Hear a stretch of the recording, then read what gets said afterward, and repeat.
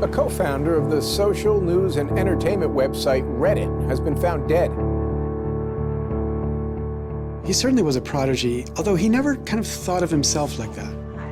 He was totally unexcited about starting businesses and making money.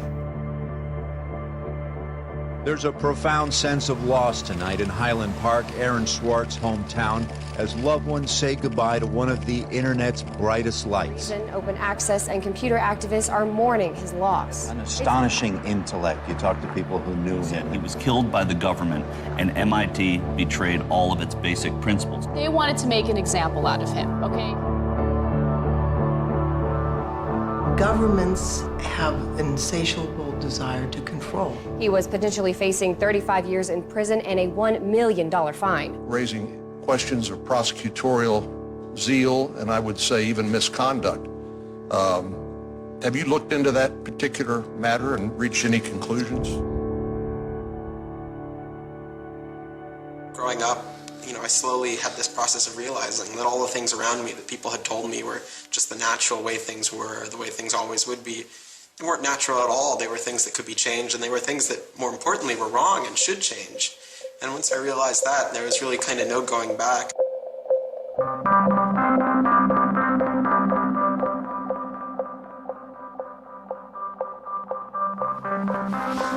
Welcome to Story Reading Time. The name of the book is Paddington at the Fair.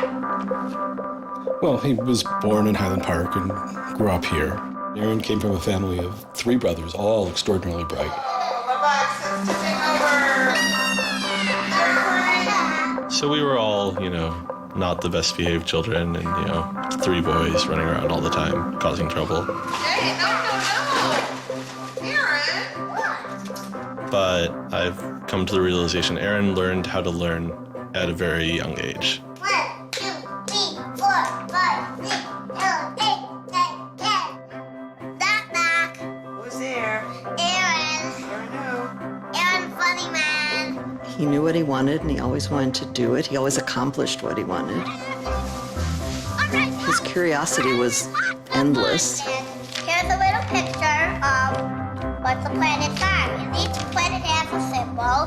Mercury symbol, Venus symbol, Earth symbol, Mars symbol, Jupiter symbol. One day he said to Susan, "What's this free family entertainment in downtown Highland Park?" Free family entertainment downtown Highland Park.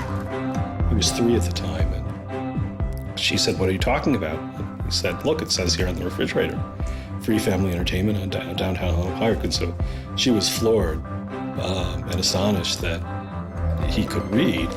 It's called My Family Seder. The Seder night is different from all other nights. I remember once we were at the University of Chicago Library. I pulled a book off the shelf that was from like 1900 and showed him and said, this is really just an extraordinary place. We all were curious children, but Aaron really liked learning and really liked teaching. And today we're going to learn the ABCs backwards. D-Y-X-W-V-U-T. I remember he came home from his first algebra class, and he was like, "Noah, let me teach you algebra." And I'm like, "What is algebra?" And he was always like that. Now you press the click button. There, now it's got that. Now it's in pink. When he was about 2 or 3 years old and Bob introduced him to computers, then he just took off like crazy on them. Go fast at 102 ABC. We all had computers, but Aaron really took to them, really took to the internet. Looking at the computer? Mommy, why is nothing working? He started programming from a really young age. I remember the first program that I wrote with him was in BASIC, and it was a Star Wars trivia game. He sat down with me in the basement where the computer was for hours programming this game. The problem that I kept having with him is there was nothing that I wanted done. And to him, there was always something to do, always something that programming could solve. The way Aaron always saw it is that programming is magic, right? You can accomplish these things that normal humans can't. Aaron made an ATM using like a Macintosh and like a cardboard box. One year for Halloween, I didn't know what I wanted to be, and he thought it'd be really, really cool if I dressed up like his new favorite computer, which at the time was the original iMac. I mean, he hated dressing up for Halloween, but he loved convincing other people to dress up as things that he wanted to see.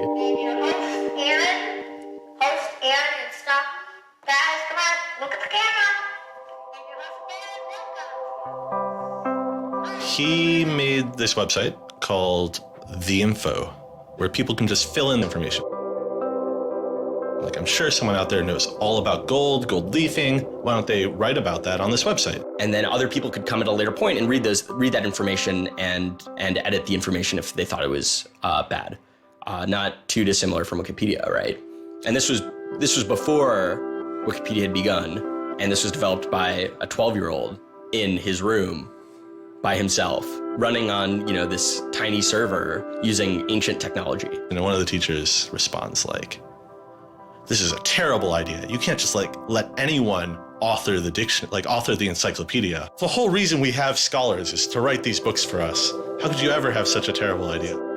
Me and my other brother would be like, "Oh, yeah, Wikipedia is cool, but we had that in our house 5 years ago." Aaron's website, theinfo.org, wins a school competition hosted by the Cambridge-based web design firm Ars Digita. We all went to Cambridge for when he won the Ars Digita Prize. And, we had no clue what Aaron was doing. It was obvious that the prize was really important. Aaron soon became involved with online programming communities, then in the process of shaping a new tool for the web. He comes up to me, it's like, "Ben, this is a really awesome thing that I'm working on. You need to hear about it." I'm like, "Yeah, what is it?" He says, "It's this thing called RSS." And he explains to me what RSS is. I'm like, why is that useful, Aaron? Is any site using it? Why would I want to use it? There was this mailing list for people who were working on RSS and XML more generally. And there was a person on it named Aaron Swartz who was combative but very smart and who had lots of good ideas. And he didn't ever come to the face-to-face meetings. And they said, when are you going to come out to one of these face-to-face meetings? And he said, I don't think my mom would let me. I'm 14, I just turned 14. And so their first reaction was, well, this person, this colleague we've been working with all year was 13 years old while we were working with him, and he's only 14 now. And their second reaction was, Christ, we really want to meet him. That's extraordinary. He was part of the committee that drafted RSS. What he was doing was to help build the plumbing for modern hypertext. And the piece that he was working on, RSS, was a tool that you can use to get summaries of things that are going on in other web pages. Most commonly, you would use this for a blog. You might have 10 or 20 people's blogs you want to read. You use their RSS feeds, these summaries of what's going on those other pages, to create a unified list of all the stuff that's going on. Aaron was really young, but he understood the technology and he saw that it was imperfect and looked for ways to help make it better.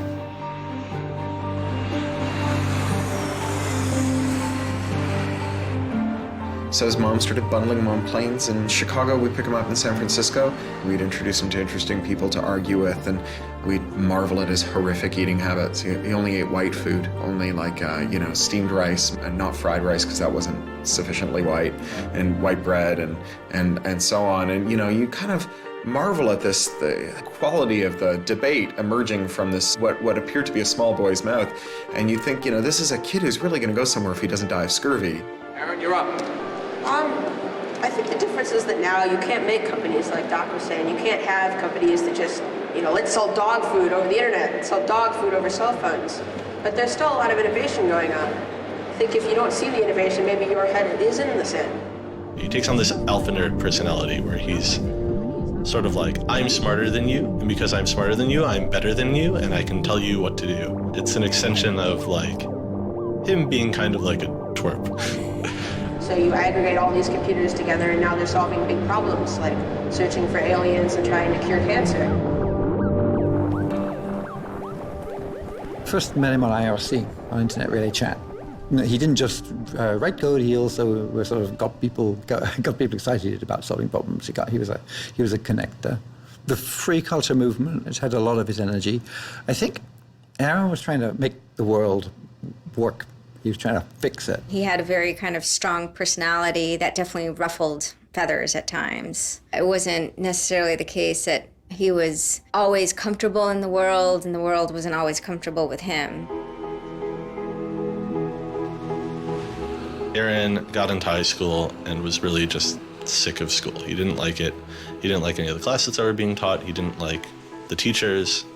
Aaron really knew how to get information. He was like, I don't need to go to this teacher to learn how to do geometry. I can just read the geometry book. And I don't need to go to the teacher to learn their version of American history. I have 3 historical compilations here. I could just read them. And I'm not interested in that. I'm interested in the web. I was very frustrated with school. I thought, the teachers didn't know what they were talking about, and they were very domineering and controlling, and the homework was kind of a sham, and it was just all a way to pin students together and force them to do busy work. And, I started reading books about the history of education and how this educational system was developed, and alternatives to it in ways that people could actually learn things as opposed to just regurgitating facts their teachers told them.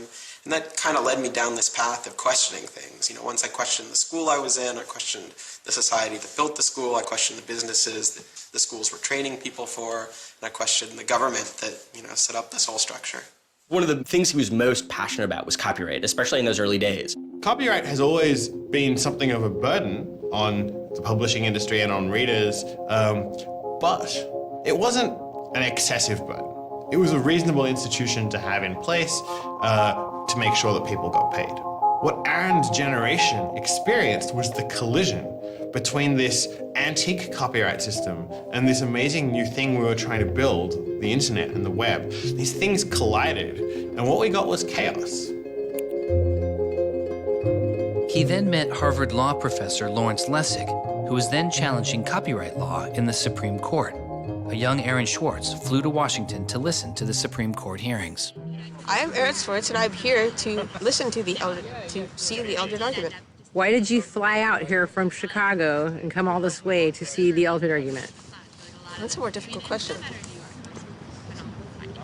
See the Eldred. Because I don't know. It's very exciting to see the Supreme Court, especially such a prestigious case as this one.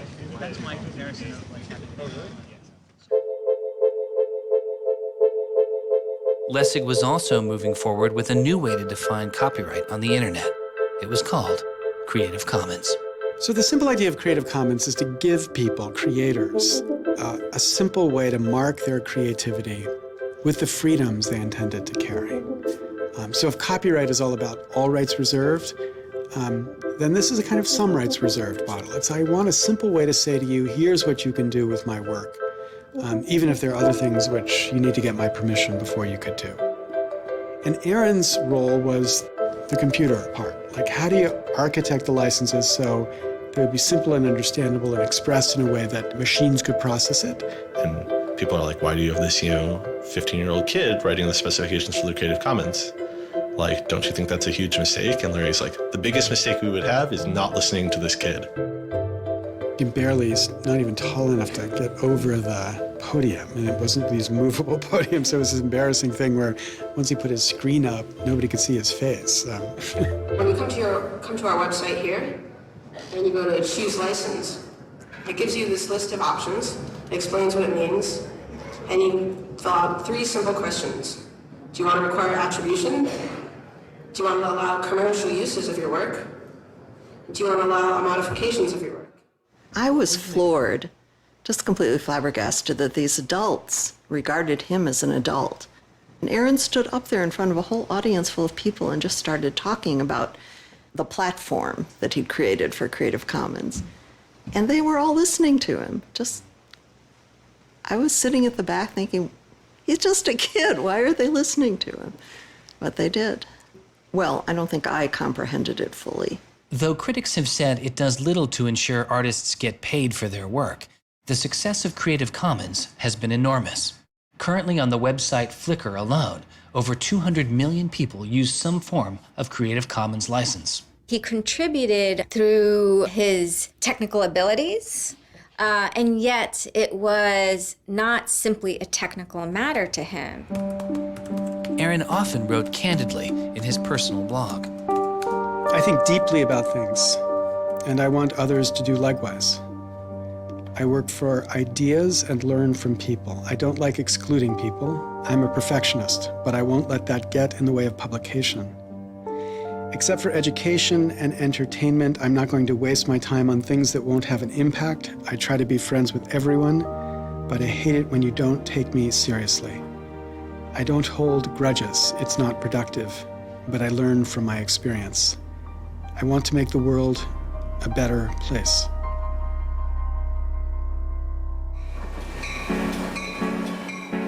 In 2004, Swartz leaves Highland Park and enrolls in Stanford University. He had had ulcerative colitis, which was very troubling, and we were concerned about him taking his medication. He got hospitalized, and he would take this cocktail of pills every day.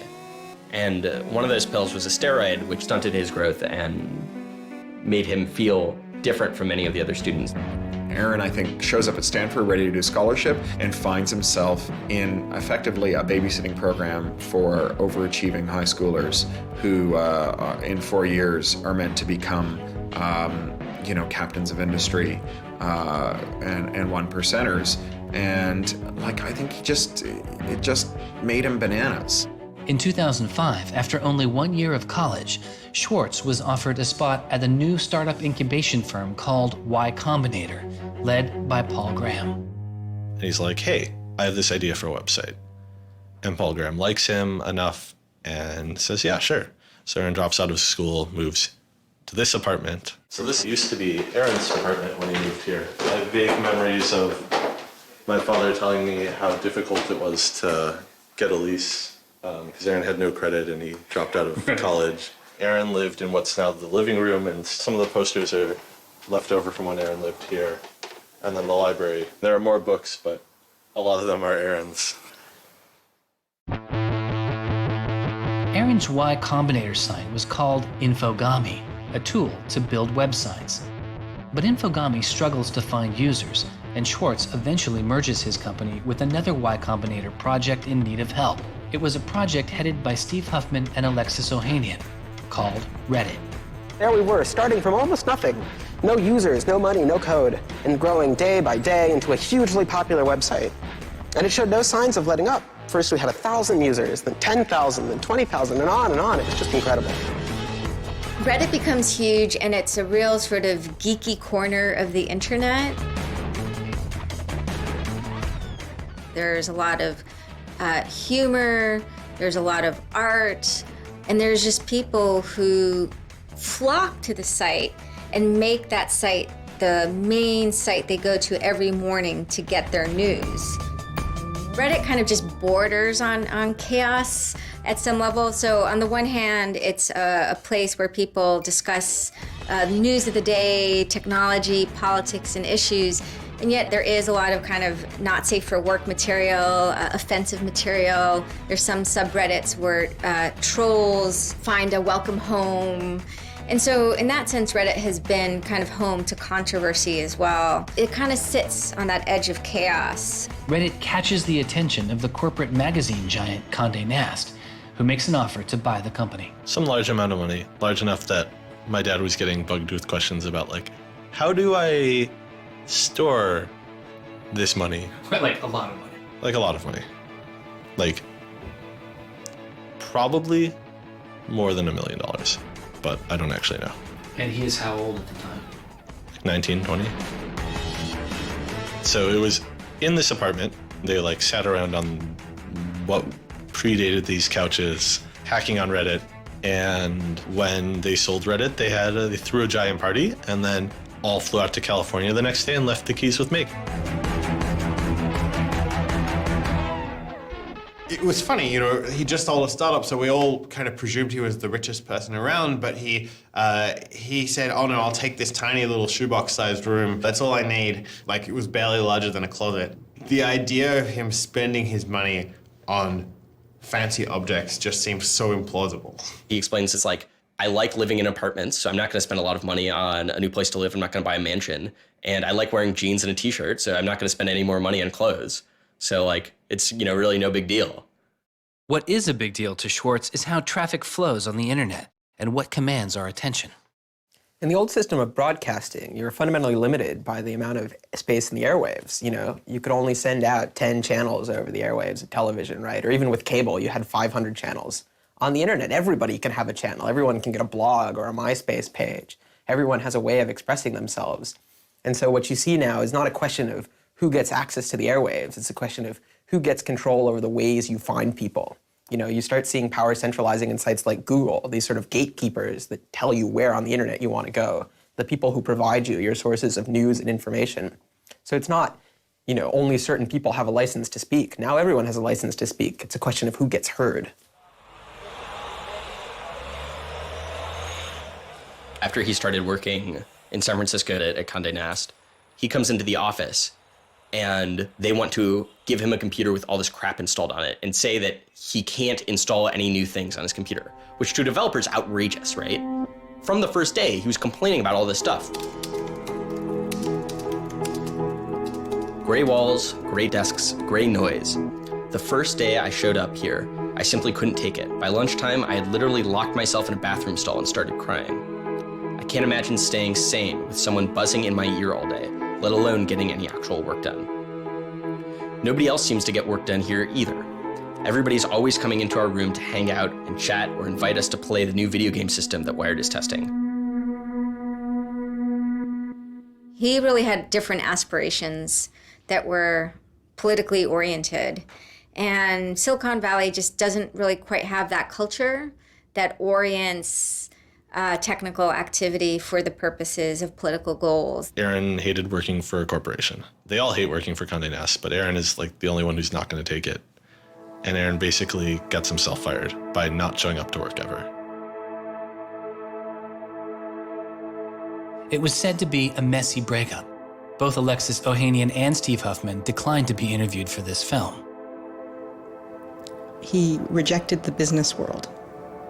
One of the really important things to remember about that choice when Aaron decided to kind of leave startup culture is that he was also leaving behind the things that had made him famous and well-loved, and he was at risk of letting down fans. He got to where he was supposed to be going and had the self-awareness and the orneriness to realize that he had climbed the mountain of shit to pluck the single rose and discovered that he'd lost his sense of smell.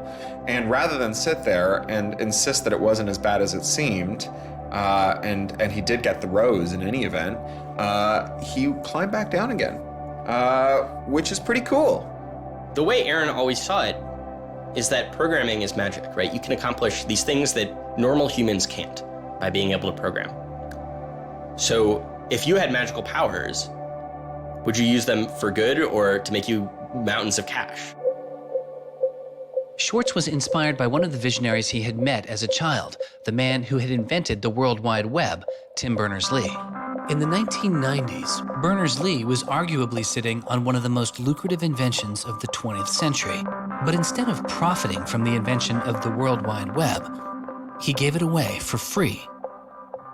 It is the only reason the World Wide Web exists today.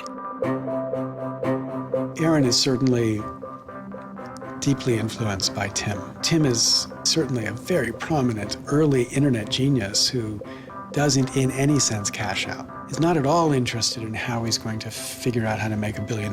People would have seen, there's money to be made there. So there would have been lots of little webs instead of one big one. And one little web and lots of little webs doesn't work because you can't follow links from one to the other. You had to have the critical mass for this thing was the entire planet. So it's not going to work unless the whole planet can get on board.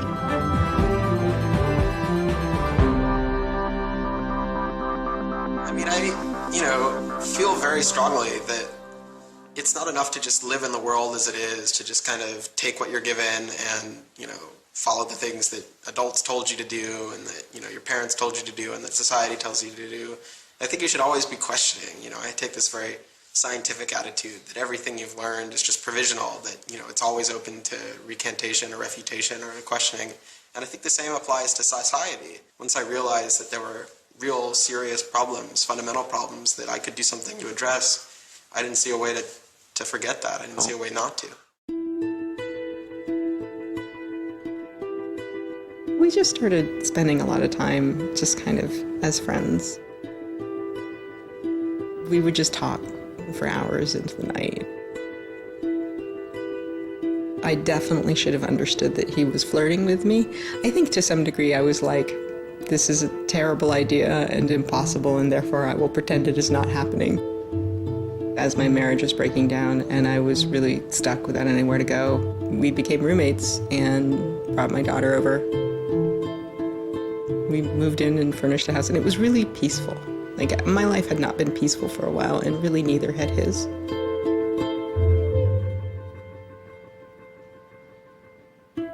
We were extremely close from the beginning of our romantic relationship. We were in constant contact, but we're both really difficult people to deal with. In a very Alan McBeal discussion, he confessed he had a theme song, and I made him play it for me. It was Extraordinary Machine by Fiona Apple. I think it was just that sense of kind of being a little bit embattled that the song has. And it also had like this hopefulness to it. By foot it's a slow climb, but I'm good at being uncomfortable, so I can't stop changing all the time. Because in many ways, Aaron was tremendously optimistic about life. Even when he didn't feel it, he could be tremendously optimistic about life. Extraordinary machine. What are you doing? Flickr has video now. Swartz threw his energy into a string of new projects involving access to public information, including an accountability website called watchdog.net and a project called The Open Library. So the Open Library Project is a website that you can visit at openlibrary.org. And the idea is to be a huge wiki, an editable website with one page per book. So for every book ever published, we want to have a web page about it that combines all the information from publishers, from booksellers, from libraries, from readers onto one site, and then gives you links where you can buy it, you can borrow it, or you can browse it. I love libraries. I'm the kind of person who goes to a new city and immediately seeks out the library. So that's the dream of Open Library, is building this website where both you can leap from book to book, from person to author, from subject to idea, go through this vast tree of knowledge that's been embedded and lost in big physical libraries that's hard to find, that's not very well accessible online, is really important because books are a cultural legacy. Books are the place people go to write things down, and to have all that swallowed up by one corporation is kind of scary. How can you bring public access to the public domain? It may sound obvious that you'd have public access to the public domain, but in fact it's not true. So the public domain should be free to all, but it's often locked up. There's often, guard cages. It's like having a national park, but with a moat around it and gun turrets pointed out in case somebody might want to actually come and enjoy the public domain. One of the things Aaron was particularly interested in was bringing public access to the public domain. This is one of the things that got him into so much trouble. I had been trying to get access to federal court records in the United States. What I discovered was a puzzling system called PACER, which stands for Public Access to Court Electronic Records. I started Googling, and that's when I ran across Carl Malamud. Access to legal materials in the United States is a $10 billion per year business. PACER is just this incredible abomination of government service. It's 10 cents a page. It's this most brain-dead code you've ever seen. You can't search it. You can't bookmark anything. You got to have a credit card. And these are public records. It's U.S. district courts are very important. It's where a lot of our seminal litigation starts, civil rights cases, patent cases, all sorts of stuff. And journalists and students and citizens and lawyers all need access to PACER, and it fights them every step of the way. People without means can't see the law as readily as people that have that gold American Express card. It's a poll tax on access to justice. The law is the operating system of our democracy, and you have to pay to see it. That's not much of a democracy. They make about $120 million a year on the PACER system, and it doesn't cost anything near that, according to their own records. In fact, it's illegal.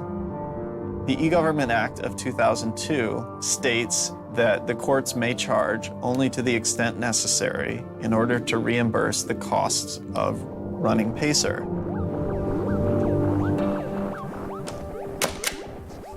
As the founder of public.resource.org, Malamud wanted to protest the PACER charges. He started a program called the PACER Recycling Project, where people could upload PACER documents they had already paid for to a free database so others could use them. The PACER people were getting a lot of flack from Congress and others about public access. And so they put together this system. In 17 libraries across the country, there was free PACER access. That's one library every 22,000 square miles, I believe. So it wasn't really convenient. I encouraged volunteers to join the so-called Thumb Drive Corps and download docs from the public access libraries, upload them to the PACER recycling site. People take a thumb drive into one of these libraries and they download a bunch of documents and they send them to me. And nothing, it was just a joke. In fact, when you clicked on Thumb Drive Core, there was a Wizard of Oz, the Munchkins singing, so a little video clip came up. We represent the lollipop, yeah. But of course, I get this phone call from Steve Schultz and Aaron saying, gee, we'd like to join the Thumb Drive Core. Around that time, I ran into Aaron at a conference. This is something that really has to be a collaboration between a lot of different people. So I approached him and I said, hey, I'm thinking about an intervention on the PACER problem. Schultz had already developed a program that could automatically download PACER documents from the trial libraries. Swartz wanted to take a look. So I showed him the code. And I didn't know what would come next, but as it turns out, over the course of the next few hours at that conference, he was off sitting in a corner, improving my code, recruiting a friend of his that lived near one of these libraries to go into the library and to begin to test his improved code, at which point the folks at the courts realized something's not going quite according to plan. And data started to come in and come in and come in, and soon there were 760 gigabytes of PACER docs, about 20 million pages. Using information retrieved from the trial libraries, Swartz was conducting massive, automated parallel downloading of the PACER system. He was able to acquire nearly 2.7 million federal court documents, almost 20 million pages of text. Now, I'll grant you that 20 million pages had perhaps exceeded the expectations of the people running the Pilot Access Project, but surprising a bureaucrat isn't illegal.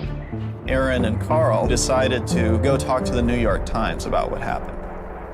They also caught the attention of the FBI, who began to stake out Schwartz's parents' house in Illinois. But I get a tweet from his mother saying, call me. It's like, oh my God, what the hell's going on here? And so I finally got a hold of Aaron, and Aaron's mother was like, oh my God, FBI, FBI, FBI. An FBI agent drives down our home's driveway trying to see if Aaron is in his room. And I remember being home that day and wondering why this car was driving down our driveway and just driving back out. I was like, that's weird. 5 years later, I read this FBI file and I'm like, oh my goodness. That was the FBI agent in my driveway. He was terrified. He was totally terrified. He was way more terrified after the FBI actually called him up on the phone and tried to sucker him into coming down to a coffee shop without a lawyer. He said he went home and laid down on the bed and was shaking. The downloading also uncovered massive privacy violations in the court documents. Ultimately, the courts were forced to change their policies as a result. And the FBI closed their investigation without bringing charges. To this day, I find it remarkable that anybody, even at the most remote podunk field office of the FBI, thought that a fitting use for taxpayer dollars was investigating people for criminal theft on the grounds that they had made the law public. How can you call yourself a lawman and think that there can possibly be anything wrong in this whole world with making the law public? Aaron was willing to put himself at risk for the causes that he believed in. Bothered by wealth disparity, Swartz moves beyond technology and into a broader range of political causes. I went into Congress and I invited him to come and hang out and intern for us for a while so that he could learn, the political process. He was sort of learning about a new community, a new set of skills, and kind of learning to hack politics. It seems ridiculous that miners should have to hammer away until their whole bodies are dripping with sweat, faced with the knowledge that if they dare to stop, they won't be able to put food on the table that night, while I get to make larger and larger amounts of money each day just by sitting and watching TV. But apparently the world is ridiculous. So I co-founded a group called the Progressive Change Campaign Committee, and what we try and do is we try and organize people over the internet who care about progressive politics and moving the country in a more progressive direction to kind of come together, join our email list, join our campaigns, and help get progressive candidates elected all across the country. The group is responsible for igniting the grassroots effort behind the campaign to elect Elizabeth Warren to the Senate. He might have thought it was a dumb system, but he came in and he said, I need to learn this system because it can be manipulated like any social system. But his passion for knowledge in libraries didn't take a back seat. Aaron began to take a closer look at institutions that publish academic journal articles. By virtue of being students at a major U.S. university, I assume that you have access to a wide variety of scholarly journals. Pretty much every major university in the United States pays these sort of licensing fees to organizations like JSTOR and Thomson and ISI to get access to scholarly journals that the rest of the world can't read. These scholarly journals and articles are essentially the entire wealth of human knowledge online, and many have been paid for with taxpayer money or with government grants. But to read them, you often have to pay again, handing over steep fees to publishers like Reed Elsevier. These licensing fees are so substantial that people who are studying in India instead of studying in the United States don't have this kind of access. They're locked out from all of these journals. They're locked out from our entire scientific legacy. I mean, a lot of these journal articles, they go back to the Enlightenment. Every time someone has written down a scientific paper, it's been scanned and digitized and put in these collections. That is a legacy that has been brought to us by the history of people doing interesting work, the history of scientists. It's a legacy that should belong to us as a commons, as a people, but instead it's been locked up and put online by a handful of for-profit corporations who then try and get the maximum profit they can out of it. So a researcher paid by the university or the people publishes a paper, and in the very, very last step of that process, after all the work is done, after all the original research is done, the thinking, the lab work, the analysis, after everything is done at that last stage, then the researcher has to hand over his or her copyright to this multi-billion-dollar company. And it's sick. It's an entire economy built on volunteer labor. And then the publishers sit at the very top and scrape off the cream. Talk about a scam. One publisher in Britain made a profit of $3 billion last year. I mean, what a racket. JSTOR is just a very, very small player in that story, but for some reason, JSTOR is the player that Aaron decided to confront. He'd gone to some conference around open access and open publishing, and I don't know who the person from JSTOR was, but I think at some point Aaron asked the question, like, how much would it cost to open up JSTOR in perpetuity? And they gave some, I think it was $200 million, something that Aaron thought was totally ridiculous. Working on a fellowship at Harvard, he knew users on MIT's famously open and fast network Nextdoor had authorized access to the riches of JSTOR. Swartz saw an opportunity. You have a key to those gates. And with a little bit of shell script magic, you can get those journal articles. On September 24th, 2010, Swartz registered a newly purchased Acer laptop on the MIT network under the name Gary Host. The client name was registered as Ghost Laptop. He doesn't hack JSTOR in the traditional sense of hacking. The JSTOR database was organized, so it was completely trivial to figure out how you could download all the articles in JSTOR because it was basically numbered. It was basically, / number article 444,024. Then 25, then 26. He wrote a Python script called keepgrabbing.py, which was like keep grabbing one article after another. The next day, Ghost Laptop begins grabbing articles, but soon the computer's IP address is blocked. For Swartz, it's barely a bump in the road. He quickly reassigns his computer's IP address and keeps downloading. Well, JSTOR and MIT take a number of steps to try to interfere with this when they notice that this is happening. And when the more modest steps don't work, then at a certain stage, JSTOR just cuts off MIT from having access to the JSTOR database. So there's this kind of cat and mouse game around getting access to the JSTOR database. Aaron ultimately, obviously, is the cat because he has more technical capability than the JSTOR database people do in defending them. And eventually, there was an unlocked supply closet in the basement of one of the buildings. And he went, instead of going through Wi-Fi, he went down there and he just plugged his computer directly into the network and just left it there with an external hard drive downloading these articles to the computer. Unknown to Swartz, his laptop and hard drive had been found by authorities. They didn't stop the downloads. Instead, they installed a surveillance camera. They found the computer in this room in the basement of an MIT building. They could have unplugged it. They could have waited for the guy to come back and said, dude, what are you doing? Cut it out.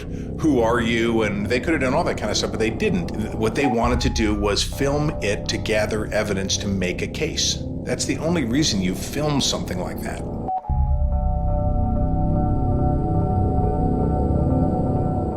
At first, the only person caught on the glitchy surveillance camera was using the closet as a place to store bottles and cans.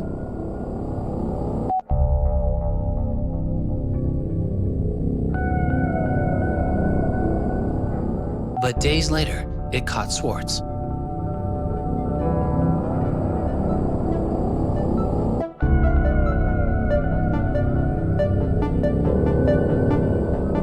Swartz is replacing a hard drive. He takes it out of his backpack, leans out of frame for about 5 minutes, and then leaves.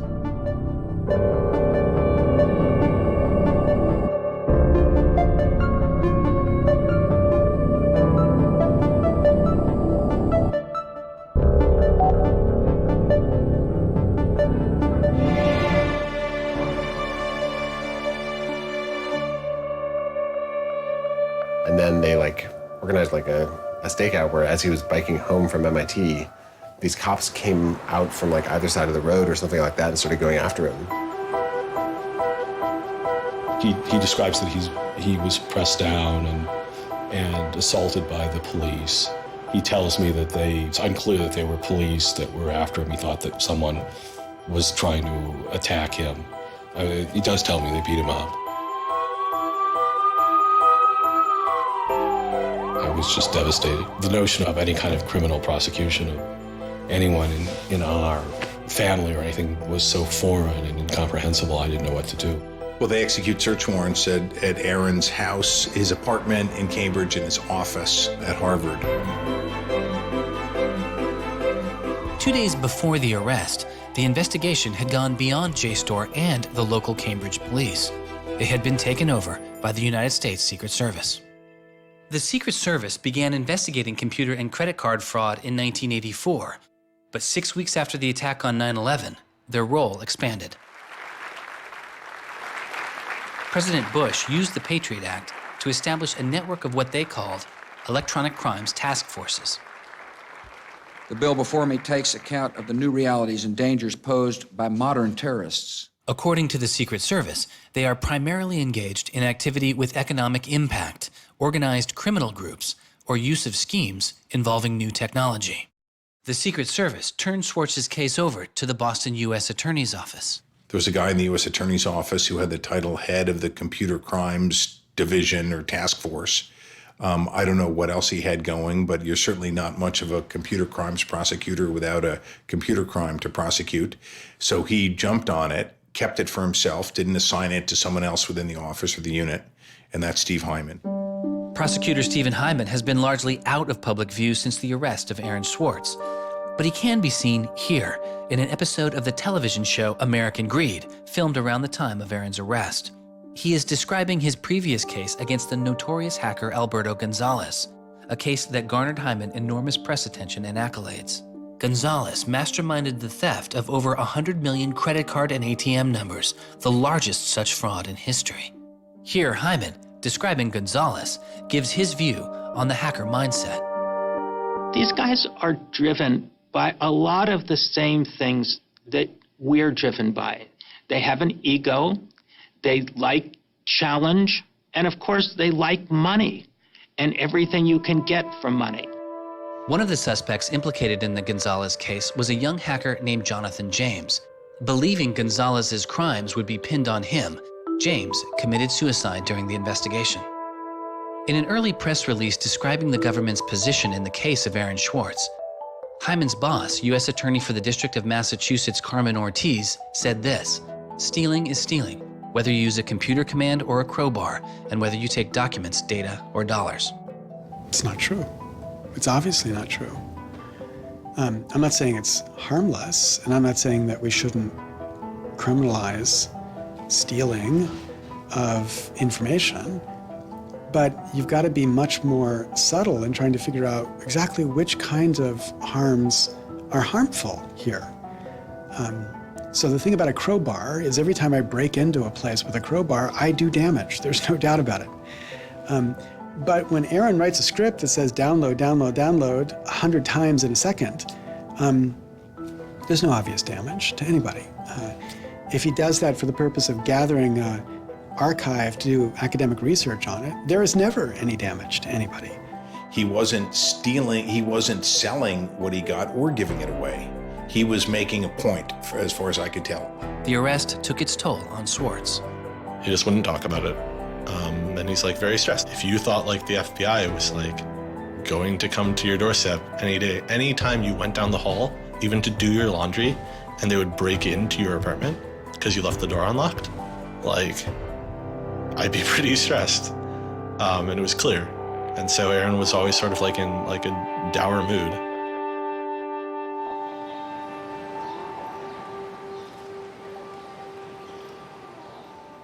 He wouldn't give off any sensitive information about his whereabouts during this time because he was so afraid that the FBI would be waiting for him. It was a time of unprecedented social and political activism. Time magazine would later name as their 2011 Person of the Year, the protester. There was a kind of hotbed of hacker activity going on. WikiLeaks had released a trove of diplomatic cables. Manning had been under arrest at the time. It was unknown whether he was the source of the leak. Anonymous, which is a kind of protest ensemble that has a lot of hackers in its ranks, were going on various sprees of sorts. If you compare that to what he did, his stuff should have been left behind for MIT and JSTOR to deal with in a kind of private, professional manner. It should have never gotten the attention of the criminal system. It just didn't belong there.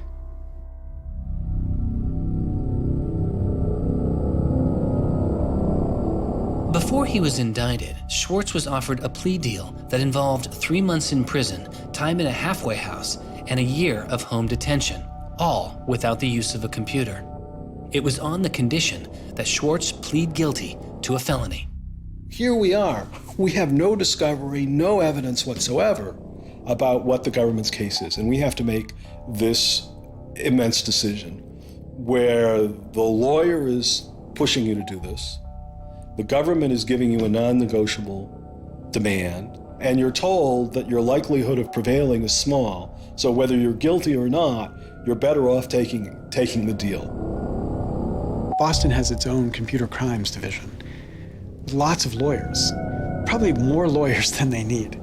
So, you can imagine all sorts of cases where it'd be really hard to prosecute because you've got some criminals in Russia, or you've got some people inside of a corporation that are going to have $500 lawyers or $700 an hour lawyers sitting down against you.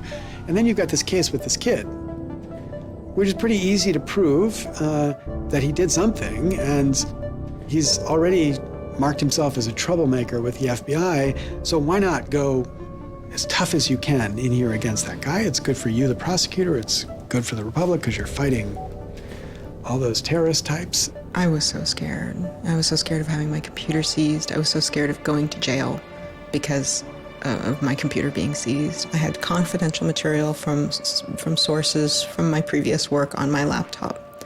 And that is above all my priority, is to keep my sources safe. I was so scared of what was going to happen to Ada.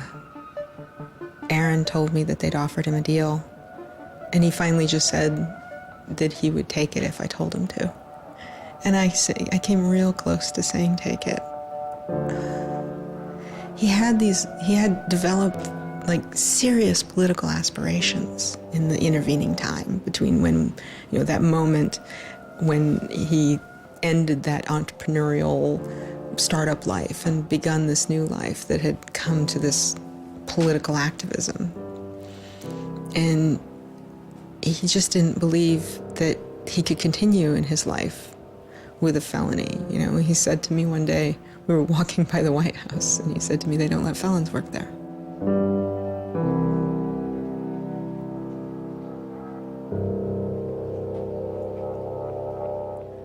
And he really wanted that to be his life. He hadn't killed anybody. He hadn't hurt anybody. He hadn't stolen money. He hadn't done anything that seemed felony worthy, right? And there is this idea that there's no reason that he should be labeled a felon and taken away his right to vote in many states for doing what he did. That's just outrageous. It makes sense for him to be, maybe fined a bunch of money or, asked not to come back to MIT again. But to be a felon, to face jail time. Swartz turned down the plea deal. Hyman redoubled his efforts. Hyman continued to press us at all levels. Even with the physical evidence seized from Aaron's Acer computer, hard drive, and USB drive, the prosecutors needed evidence of his motives. Why was Aaron Swartz downloading articles from JSTOR, and just what did he plan to do with them?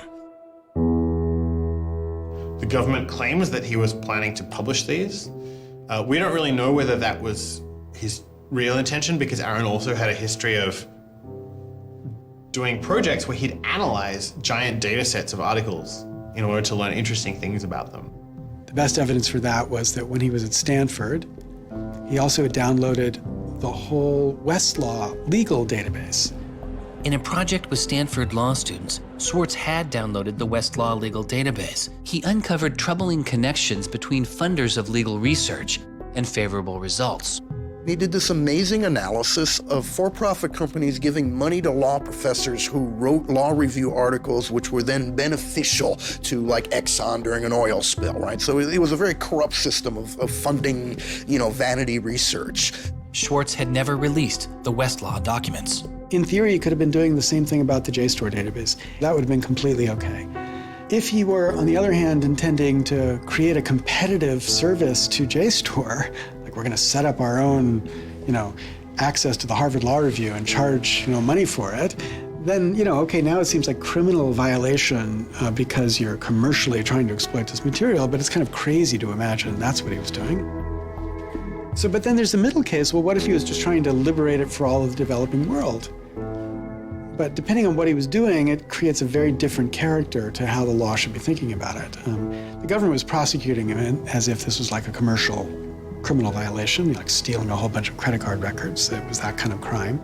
I don't know what he was going to do with that database, but I heard from a friend of his that Aaron had told him he was going to analyze the data for evidence of corporate funding of climate change research that led to biased results.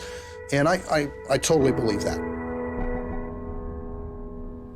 I was just told that Steve wanted to talk to me. And I thought, maybe this is a way I could get out of this. Just exit the situation. And I didn't want to live in fear of having my computer seized. I didn't want to live in fear of having to go to jail on a contempt of court charge if they tried to compel me to decrypt my computer. When they came to me and said, Steve wants to talk to you, that seemed reasonable. They offered Norton what is known as a Queen for a Day letter, or a proffer. It allowed prosecutors to ask questions about Aaron's case. Norton would be given immunity from prosecution herself for any information she revealed during the meeting. I didn't like it. I told my lawyers repeatedly that this seemed fishy. I didn't like this. I didn't want immunity. I didn't need immunity. I hadn't done anything. But they were really, really stringent that they did not want me meeting the prosecutor without immunity. But just to be clear, this is a Queen for a Day deal, a proffer. Right, a proffer letter. In which you basically handed information over to them in exchange for protection from prosecution. So it wasn't handing information over. It was, at least that's not how I saw it. It was just having a discussion, having an interview with them. Well, they're asking you questions. They're asking me questions. They can ask about whatever they want. Right. And whatever they learn, I really, right. And I repeatedly tried to go in naked. I repeatedly tried to turn down the proffer letter. I was ill. I was being pressured by my lawyers. I was confused. I was not doing well by this point. I was depressed and I was scared and I didn't understand the situation I was in. I had no idea why I was in this situation. I hadn't done anything interesting, much less wrong. We went out of our minds. Aaron was clearly very distraught about it. We were very distraught about it. Aaron's attorneys were very distraught about it. We tried to get Quinn to change attorneys. I was very unused to being in a room with large men, well-armed, that are continually telling me I'm lying and that I must have done something. I told them that this thing that they were prosecuting wasn't a crime. I told them that they were on the wrong side of history. I used that phrase. I said, you're on the wrong side of history. And they looked bored. They didn't even look angry. They just looked bored. And it began to occur to me that we weren't having the same conversation. I mean, I told them plenty of things about, why people would download journal articles, and eventually, I don't remember what was around it. I mentioned that he'd done this blog post, the Guerrilla Open Access Manifesto. This is the Guerrilla Open Access Manifesto, supposedly written in July 2008 in Italy. Information is power. But like all power, there are those who want to keep it for themselves. The world's entire scientific and cultural heritage, published over centuries in books and journals, is increasingly being digitized and locked up by a handful of private corporations. Meanwhile, those who have been locked out are not standing idly by. You've been sneaking through holes and climbing over fences, liberating the information locked up by the publishers and sharing them with your friends. But all this action goes on in the dark, hidden underground. It's called stealing or piracy, as if sharing a wealth of knowledge were the moral equivalent of plundering a ship and murdering its crew. But sharing isn't immoral, it's a moral imperative. Only those blinded by greed would refuse to let a friend make a copy. There's no justice in following unjust laws. It's time to come into the light and, in the grand tradition of civil disobedience, declare our opposition to this private theft of public culture. The manifesto itself was allegedly written by 4 different people and also edited by Norton. But it was Swartz who had signed his name to it. When it's over, I go immediately to Aaron and tell him everything I can remember about it. And he gets very angry. The things that I'd done shouldn't have added up that way. I hadn't done anything wrong, and everything had gone wrong. But I was never...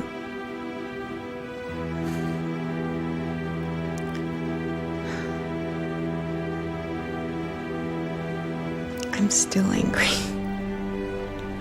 I'm still angry that you can try your best with these people to do the right thing, and they will turn everything against you, and they will hurt you with anything they can. And in that moment, I regret that I said what I did. But my much larger regret is that we have settled for this. that we are okay with this. That we are okay with a justice system that tries to game people into little traps so they can ruin their lives. So yeah, I wish I hadn't said that, but I am much, much angrier that this is where I am. That this is what we as a people think is okay. They used every method that I think they could think of to get her to provide information which would be unhelpful to Aaron and helpful to the prosecution of Aaron. Right. But you know, I don't think she had information that was helpful to the government. Months go by as Swartz's friends and family await a looming indictment. In the meantime, Swartz was becoming a go-to expert on a series of internet issues. To you then, do you think that the internet is something that should be considered a human right and something that the government cannot take away from you? Yes, definitely. I mean, this notion that national security is an excuse to shut down the internet, that's exactly what we heard in Egypt and Syria and all these other countries. And so, yeah, it's true. Sites like WikiLeaks are going to be putting up some embarrassing material about what the U.S. government does, and people are going to be organizing to protest about it and try and change their government. You know, and that's a good thing. That's what all these First Amendment rights of free expression, of freedom of association are all about. And so the notion that we should try and shut those down, I think, just goes against very basic American principles. The principle, I think, is one that our founding fathers would have understood. If the internet had been around back then, instead of putting post offices in the Constitution, they would have put ISPs. Well, it's definitely interesting to see how... Swartz meets activist Taryn Steinbrickner Kaufman, and the two begin to date. We need a massive global public outcry. If there's no massive global public outcry, it won't create any change. You know, 4 people in this city should cause a massive global public outcry. You know, we need a petition signer. Without telling her specifics, he warned her he was involved in something he called simply the bad thing. And I had sort of crazy theories, like that he was having an affair with Elizabeth Warren or something. I speculated both Hillary Clinton and Elizabeth Warren, actually, but... So sometime in probably late July, Aaron called me and I happened to pick up and he said, you know, the bad thing might be in the news tomorrow. Do you want me to tell you or do you want to read about it in the news? And I said, well, I want you to tell me. And he said, well, I've been arrested for downloading too many academic journal articles and they want to make an example out of me. And I was like, that's it? That's the big fuss? Really? Like, this doesn't sound like a very big deal. On July 14th, 2011, federal prosecutors indict Swartz on 4 felony counts. He gets indicted on the same day that like 2 people in England who are part of LulzSec get arrested and like a few other real hackers. And Aaron is just like someone who kind of looks like a hacker, enough that they can like, you know, put his head on a stake and like put it on the gates. Aaron went to surrender, and they arrested him. They then strip searched him, took away his shoelaces, took away his belt, and left him in solitary confinement. The District of Massachusetts United States Attorney's Office released a statement saying Swartz faces up to 35 years in prison, to be followed by 3 years of supervised release, restitution, forfeiture, and a fine of up to $1 million. He is released on $100,000 bail. The same day, the primary victim in the case, JSTOR, formally drops all charges against Swartz and declines to pursue the case. JSTOR, they weren't our friends, they weren't helpful or friendly to us, but they also were just kind of like, we're not part of this. JSTOR and their parent company, Ithaca, also sidestepped requests to talk with this film. But at the time, they released a statement saying it was the government's decision whether to prosecute, not JSTOR's. And so it's our belief that with that, the case will be over. That we should be able to get Steve Hyman to drop the case or settle it in some rational way. And the government refused. Why? Well, because I think they wanted to make an example out of Aaron. And they said they wanted to, the reason why they wouldn't move on requiring a felony conviction and jail time was that they wanted to use this case as a case of for deterrence. They told us that. They told you that? Yes. This was going to be an example? Yes. He was going to be an example? Yes. Steve Hyman said that. Deterring who? Like, there's other people out there running around logging onto JSTOR and downloading the articles to make a political statement. I mean, who are they deterring? It would be easier to understand the Obama administration's posture of supposedly being for deterrence if this was an administration that, for instance, prosecuted arguably the biggest economic crime that this country has seen in the last 100 years, the crimes that were committed that led to the financial crisis on Wall Street. When you start deploying the non-controversial idea of deterrence only selectively, you stop making a dispassionate analysis of lawbreaking, and you started deciding to deploy law enforcement resources specifically on the basis of political ideology. And that's not just undemocratic, it's supposed to be un-American. Prosecutor Stephen Hyman later reportedly told MIT's outside counsel that the straw that broke the camel's back was a press release sent out by an organization Swartz founded called Demand Progress. According to the MIT account, Hyman reacted to the short statement of support, calling it a wild internet campaign and a foolish move that moved the case from a human one-on-one level to an institutional level.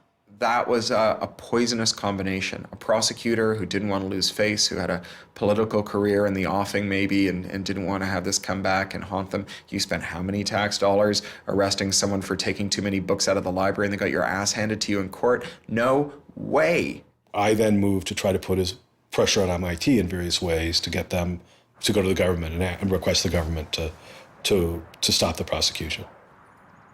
What is MIT's reaction to that? There doesn't seem to be any reaction from MIT at that point.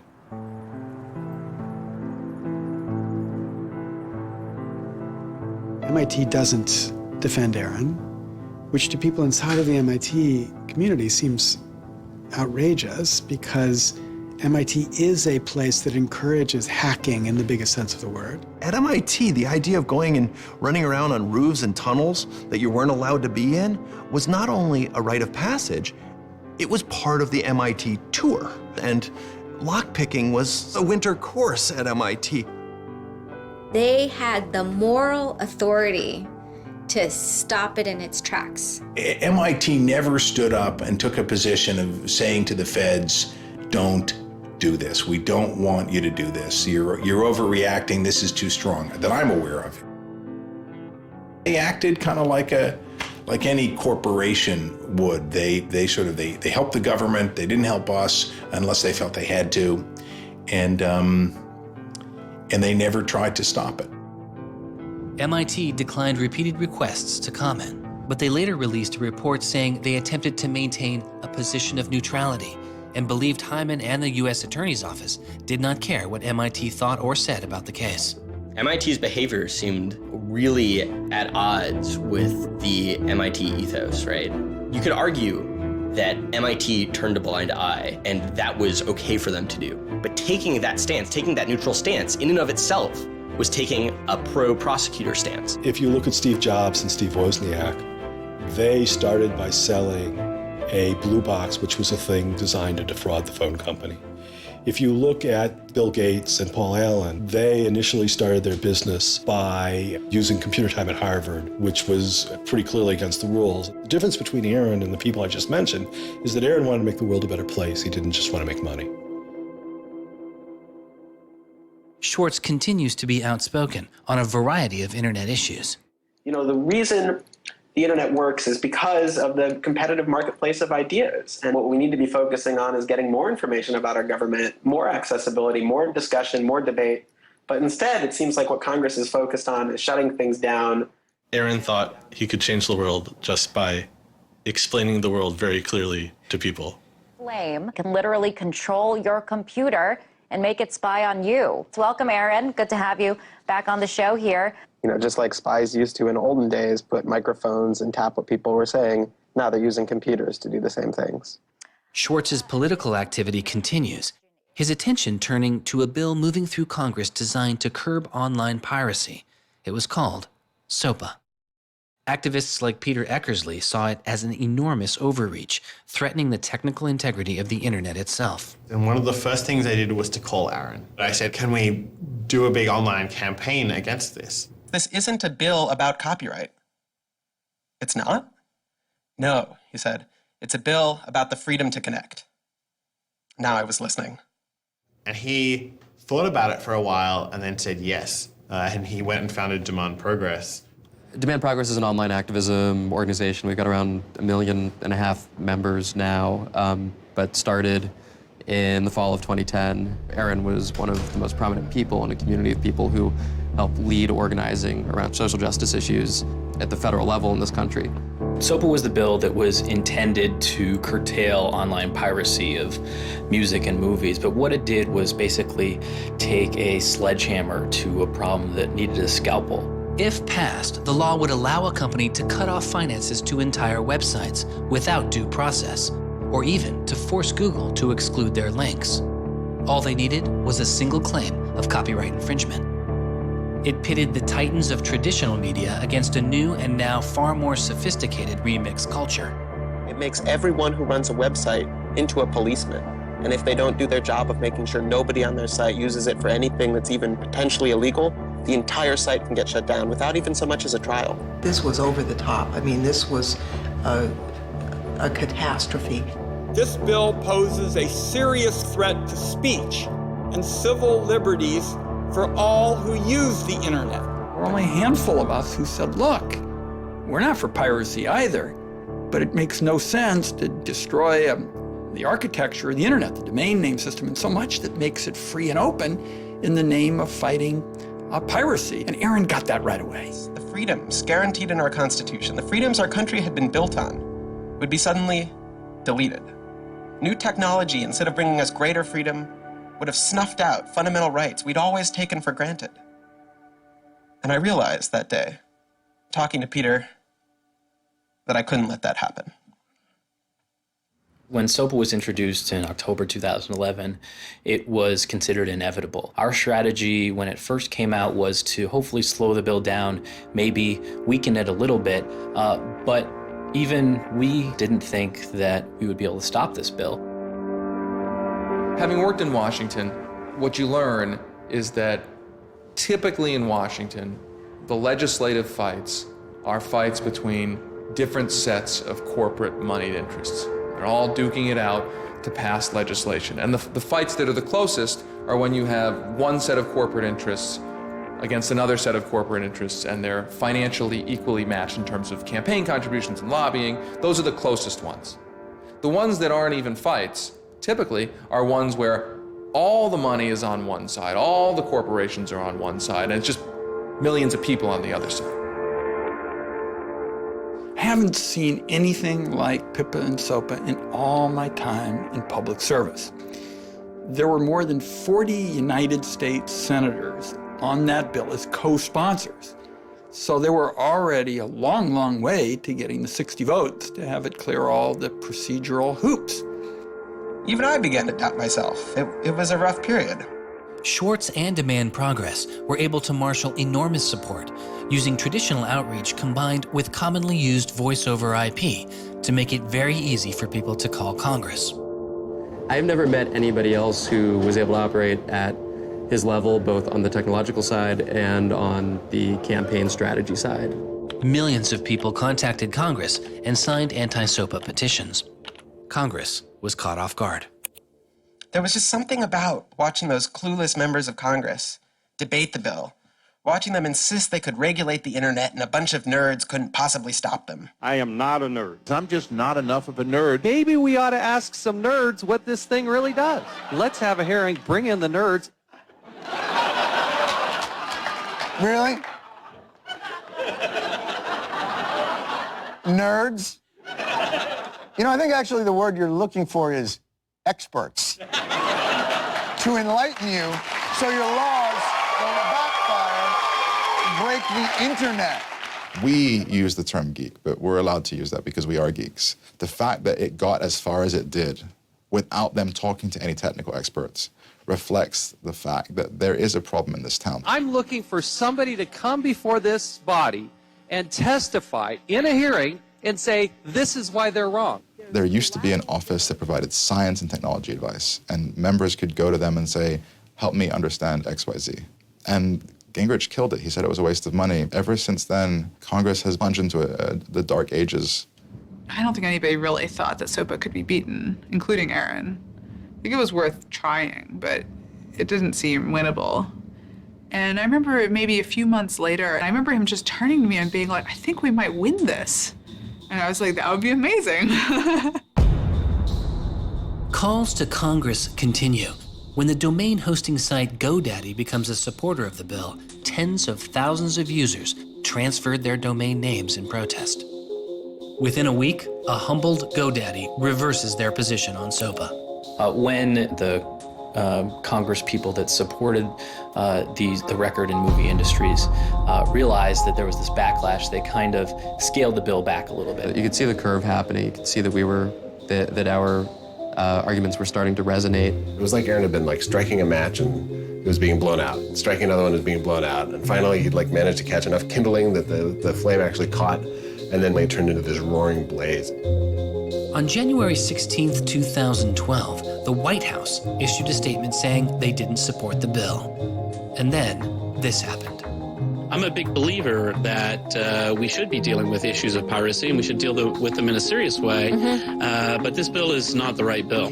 When Jimmy Wales put his support towards blacking out Wikipedia, the #5 most popular website in the world. This is a website that's on several % of all of the clicks on anywhere on the internet. Wikipedia went black, Reddit went black, Craigslist went black, phone lines on Capitol Hill flat out melted. Members of Congress started rushing to issue statements retracting their support for the bill that they were promoting just a couple days ago. Within 24 hours, the number of opponents of SOPA in Congress went from this to this. To see congressmen and senators slowly flip sides throughout the day of the blackout was pretty unbelievable. There was like a 100 representative swing. And that was when, as hard as it was for me to believe, after all this, we had won. The thing that everyone said was impossible, that some of the biggest companies in the world had written off as kind of a pipe dream, had happened. We did it. We won. This is a historic week in internet politics, maybe American politics. The thing that we heard from people in Washington, D.C., from staffers on Capitol Hill was they received more emails and more phone calls on SOPA Blackout Day than they'd ever received about anything.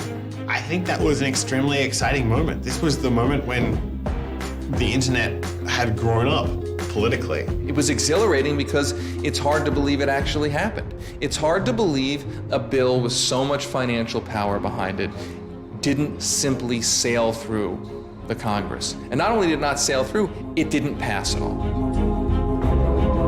It's easy sometimes to feel like you're powerless, like when you come out in the streets and you march and you yell and nobody hears you. But I'm here to tell you today, you are powerful. So yeah, maybe sometimes you feel like you're not being listened to, but I'm here to tell you that you are. You are being listened to. You are making a difference. You can stop this bill if you don't stop fighting. Stop PIPA. Stop SOPA. Some of the biggest internet companies, to put it frankly, would benefit from a world in which their little competitors could get censored. We can't let that happen. For him, it was more important to be sure that you made a small change than to play a small part in a big change. But SOPA was like playing a major part in a major change. And so for him, it was kind of this proof of concept, like, okay, what I want to do with my life is change the world. I think about it in this really scientific way of like, I'm measuring my impact. And this shows that it's possible, right? That the thing that I want to do with my life is possible. I have proved that I can do it, that I, Aaron Swartz, can change the world. For a guy who never really thought he had done much, which was Aaron, it was one of the few moments where you could really see that he felt like he had done something good. Feeling like here is his maybe one and only victory lap. Everyone said there was no way we could stop SOPA. We stopped it. This is 3 outrageously good victories, and the year isn't even over yet. I mean, if there's a time to be positive, it's now. You know, he wins at SOPA a year after he's arrested. It's not unambiguously happy moments. There's a lot going on. He's so attuned towards participating in the political process, you can't stop him. The list of organizations Swartz founded or co-founded is enormous. And years before Edward Snowden would expose widespread internet surveillance, Swartz was already concerned. It is shocking to think that the accountability is so lax that they don't even have sort of basic statistics about how big the spying program is. And if the answer is, oh, we're spying on so many people we can't possibly even count them, then that's an awful lot of people, right? It would be one thing if they said, look, you know, we know the number of telephones we're spying on, we don't know exactly how many real people that corresponds to, but they just came back and said, we can't give you a number at all. That's pretty, I mean, it's scary is what it is. Well, that's scary. You know, they put incredible pressure on him, took away his, you know, all of the money he had made. They, you know, threatened to take away his physical freedom. Why'd they do it, you know? I mean, well, why are they going after whistleblowers, you know? Why are they going after people who tell the truth about all sorts of things? I mean, from the banks to the, you know, to war, to just sort of government transparency. So secrecy serves those who are already in power. And we are living in an era of secrecy that coincides with an era where the government is doing also a lot of things that are probably illegal and unconstitutional. So those two things are not coincidences. It's very clear that this technology has been developed not for small countries overseas, but right here for use in the United States by the US government. The problem with the spying program is it's this sort of long, slow expansion, you know, going back to the Nixon administration, right? Obviously, it became big after 9/11 under George W. Bush, and Obama has continued to expand it, and the problems have slowly grown worse and worse. But there's never been this moment you can point to, say, okay, we need to galvanize opposition today because today is when it matters. Instead, it's mattered for. The prosecution, in my estimation, of Aaron Swartz was about sending a particular laser-like message to a group of people that the Obama administration sees as politically threatening. And that is essentially the hacker, the information, and the democracy activist community. And the message that the Obama administration wanted to send to that particular community was, in my estimation, we know you have the ability to make trouble for the establishment. And so we are going to try to make an example out of Aaron Swartz to scare as many of you as possible into not making that trouble. And the government said, oh, the legal opinions we're using to legalize the spying program are also classified. So we can't even tell you which laws we're using to spy on you. You know, every time they can say, oh, this is another instance of cyber war, the cyber criminals are attacking us again, we're all in danger, we're all under threat. They use those as excuses to push through more and more dangerous laws. And so just to follow that up, like personally, how do you feel the fight is going, I guess? It's up to you. I know, but we gotta like, you know. You know, there's sort of these two polarizing perspectives, right? Everything is great. The internet has created all this freedom and liberty and everything's going to be fantastic. Or everything is terrible. The internet has created all these tools for cracking down and spying and, you know, controlling what we say. And I think both are true, right? The internet has done both. And both are kind of amazing and astonishing. And which one will win out in the long run is up to us. It doesn't make sense to say, oh, one is doing better than the other. You know, they're both true. And it's up to us which ones we emphasize and which ones we take advantage of, because they're both there and they're both always going to be there.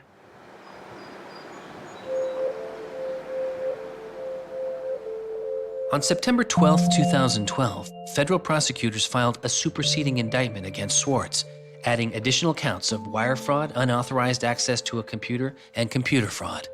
Now, instead of 4 felony counts, Swartz was facing 13. The prosecution's leverage had dramatically increased, as did Swartz's potential jail time and fines. They filed a separate indictment to add more charges, and they had a theory about why this conduct constituted a number of federal crimes, and that a very significant sentence could attach to it under the law. That theory, and much of the prosecution's case against Swartz, involved a law created originally in 1986. It is called the Computer Fraud and Abuse Act. The Computer Fraud and Abuse Act was inspired by the movie War Games with Matthew Broderick, which is a great movie. I have you now. In this movie, a kid gets the ability through the magic of computer networks to launch a nuclear attack. That's not actually possible, and it certainly wasn't possible in the 80s, but apparently this movie scared Congress enough to pass the original Computer Fraud and Abuse Act. This is a law that's just behind the times. For example, it penalizes terms of service kinds of arrangements. You can have something like eHarmony or Match.com, and somebody sort of inflates their own personal characteristics, and all of a sudden, depending on the jurisdiction and the prosecutors, they could be in a whole host of troubles. We all know what terms of use are. Most people don't read them, but not abiding by their terms could mean you are committing a felony. The website terms of service often say things like, be nice to each other, or don't do anything that's improper. The idea that the criminal law has anything to say about these kinds of violations, I think strikes most people as crazy. The examples get even more crazy. Until it was changed in March of 2013, the terms of use on the website of Hearst's 17 magazine said you had to be 18 in order to read it. I would say that the way the CFA has been interpreted by the Justice Department, we are probably all breaking the law. Vague and prone to misuse, the CFAA has become a one-size-fits-all hammer for a wide range of computer-related disputes. Though not the only factor in his case, 11 of the 13 charges against Swartz involved the Computer Fraud and Abuse Act. The question why hangs over much of the story of Aaron Swartz. Just what was motivating the government, and what would their case have been? The Department of Justice declined requests for answers, but Professor Oren Kerr is a former prosecutor who has studied the case. So I think I come about this case from a different direction than other people on a number of reasons. I was a federal prosecutor at the Justice Department for 3 years before I started teaching. The government came forward with an indictment based on what crimes they thought were committed, just as a purely lawyers matter, looking at the precedents, looking at the statute, looking at the history, looking at the cases that are out there so far. I think it was a fair indictment based on that. You can debate whether they should have charged this case. There's just a lot of disagreement. Some people are on the open access side, some people are not.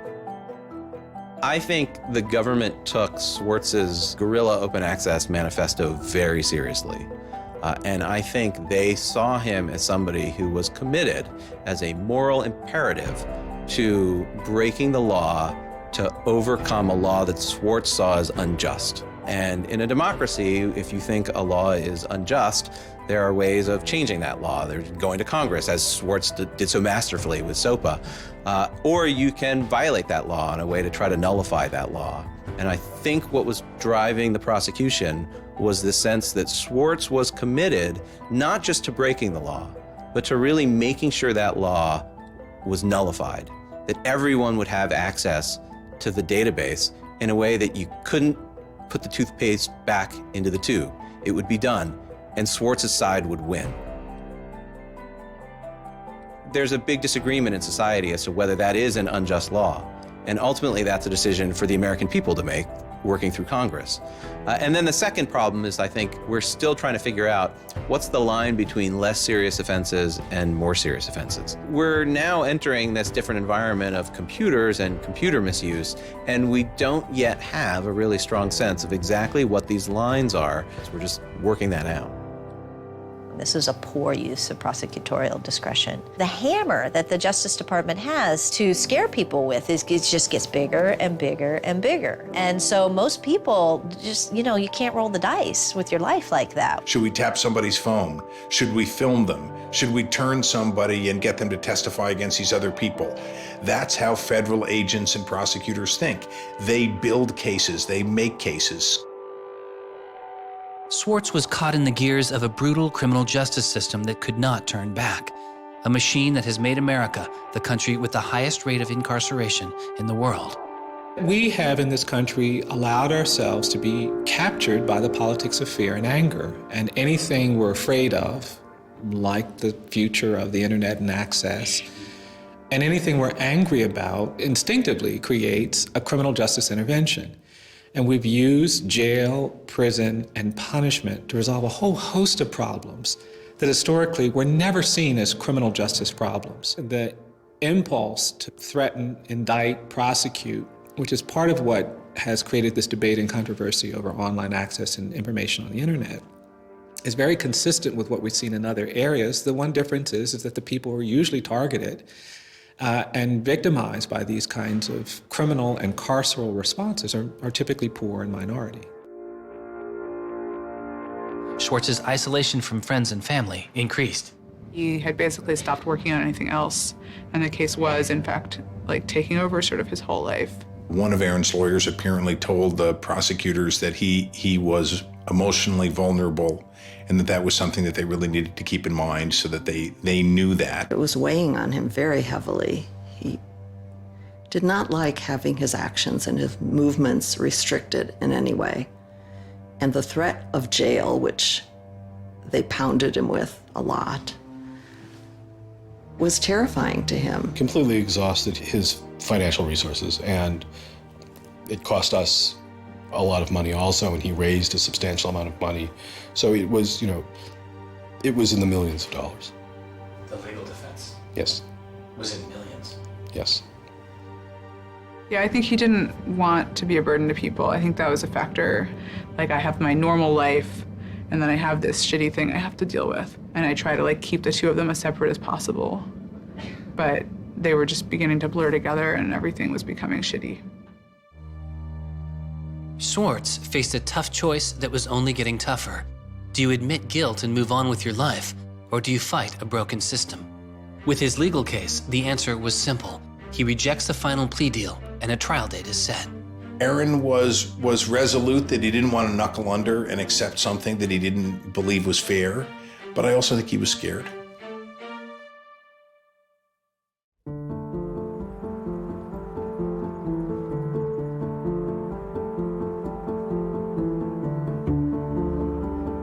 I don't think they would have convicted Aaron. I think we would have walked him out of that courthouse, and I would have given him a big hug, and we would have walked across that little river in Boston and gone and had a couple of beers.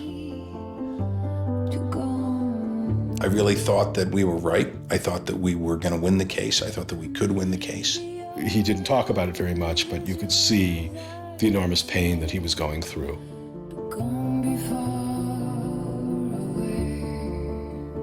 No time in his childhood did Aaron have any severe mood swings or depressive episodes or anything that I would ascribe to severe depression. And it's possible, he was depressed. People get depressed.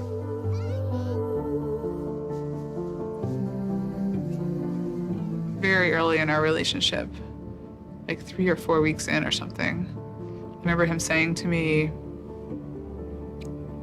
that I was a lot stronger than he was. He was brittle in a lot of ways. Things were a lot harder for him than for a lot of people. It was part of his brilliance, too. I think he probably had something like clinical depression in his early 20s. I don't think he did when I was with him. He wasn't a joyful person, but that's different from being depressed. He was just under such enormous pressure for 2 years straight. He just didn't want to do it anymore. He was just I just think it was too much.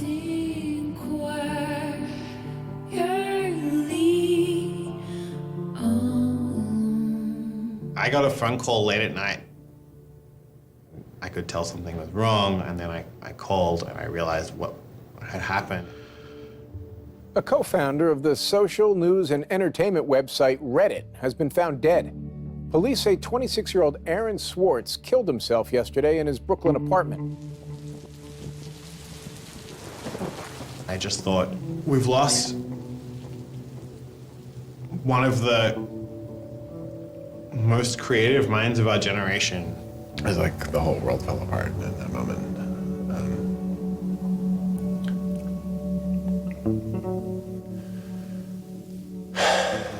It was one of the hardest nights of my life. As I kept screaming, I can't hear you. What did you say? I can't hear you. I can't. That's it.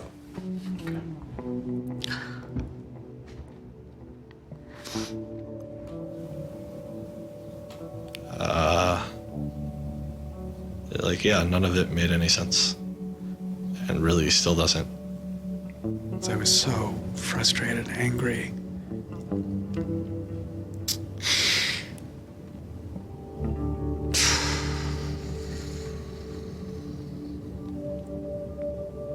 You know, I tried to explain it to my kids. My 3-year-old told me that the doctors would fix him.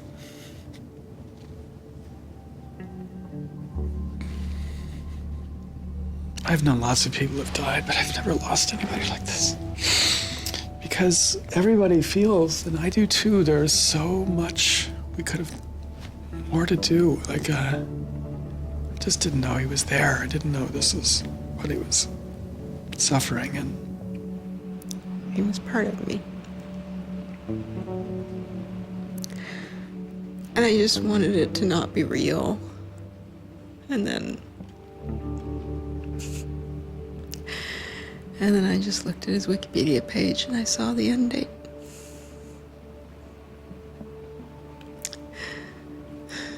To 2013.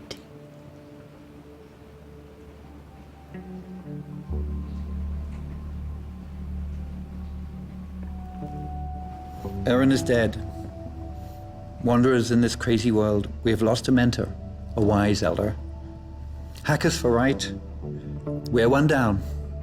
We've lost one of our own.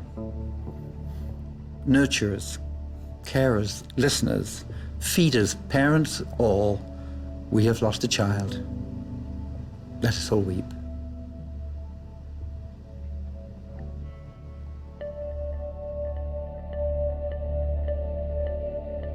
my first thought was, well, what if nobody even notices? Because it wasn't clear to me how salient he was. I had never seen anything quite like the outpouring I saw. The net just lit up. I mean, everyone was trying to explain it in their own way, but I've never seen people grieve on Twitter before. People were visibly grieving online. He was the internet's own boy. And the old world killed him. We are standing in the middle of a time when great injustice is not touched. The architects of the financial meltdown have dinner with the president regularly. In the middle of that time, the idea that this was what the government had to prosecute just seems absurd if it weren't tragic. The question is, can we do something, given what's happened, to make the world a better place? And how can we further that legacy? That's the only question one can ask.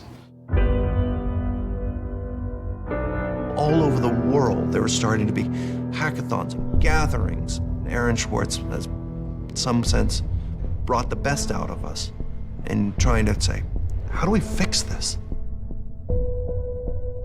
He was, in my humble opinion, one of the true extraordinary revolutionaries that this country has produced. I don't know whether Aaron was defeated or victorious, but we are certainly shaped by the hand of the things that he wrestled with. When we turn armed agents of the law on citizens trying to increase access to knowledge, we've broken the rule of law, we've desecrated the temple of justice. Aaron Swartz was not a criminal. Change does not roll in on the wheels of inevitability, it comes through continuous struggle. Aaron really could do magic. And I'm dedicated to making sure that his magic doesn't end with his death. He believed that he could change the world, and he was right. Out of the last week and out of today, phoenixes are already rising. Since Swartz's death, Representative Zoe Lofgren and Senator Ron Wyden have introduced legislation that would reform the Computer Fraud and Abuse Act, the outdated law that formed the majority of the charges against Swartz. It's called Aaron's Law. Aaron believed that, you literally ought to be asking yourself all of the time, what is the most important thing I could be working on in the world right now? And if you're not working on that, why aren't you? This is what democracy looks like. We are the people.